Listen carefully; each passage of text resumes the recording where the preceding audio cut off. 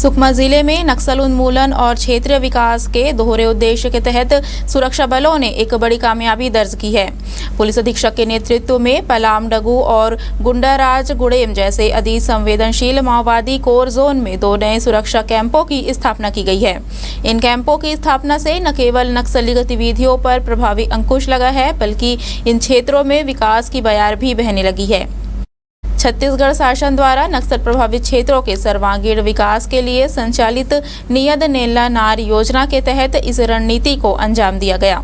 इस पूरे अभियान में बस्तर रेंज के आईजी सुंदरराज पी और डीआईजी आनंद सिंह राजपुरोहित ने अहम भूमिका निभाई।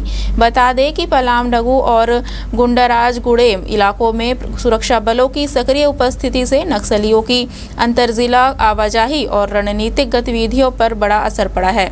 इन क्षेत्रों को लंबे समय से माओवादियों का गढ़ माना जाता रहा है, लेकिन अब सुरक्षा बलों की तैनाती से उनका नेटवर्क कमजोर पड़ता जा रहा है।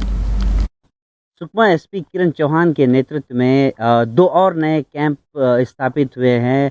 गुंडाराजगुड़ेम और पालामड़गू में 2 नए कैंप स्थापित हुए हैं। इन कैंपों की स्थापना के साथ ही जो नक्सलगढ़ माने जाते थे, जो कोर एरिया थे, वहाँ पे कैंपों की स्थापना के बाद से नक्सली सीमित हो गए हैं और निश्चित रूप से जिस तरह से घेराबंदी की गई है कैंप स्थापित करने के बाद, वहाँ नक्सलियों का जहाँ पे आवाजाही बंद हो गया, जहाँ नक्सलियों पे दबाव बढ़ा है, वहीं विकास के नए रास्ते खुल गए हैं। निश्चित तौर से ये वही गांव है जहाँ पे विकास बड़ी मुश्किल से पहुँच पाता था, जहाँ पे राशन लेने के लिए कई किलोमीटर पैदल चलना पड़ता था लोगों को, जहाँ बिजली से के ना होने के कारण जूझना पड़ता था, स्वास्थ्य सुविधाएं नहीं पहुंच पाती थी। ऐसे इलाकों पे आज कैंप स्थापित हुए हैं, तो निश्चित रूप से आने वाले दिनों में विकास की गति तेज होगी।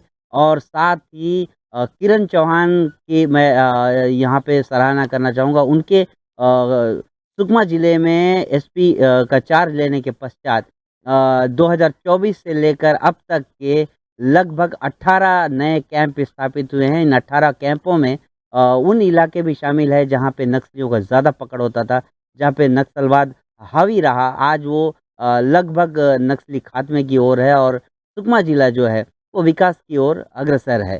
Farooq Ali, India town news, Sukma.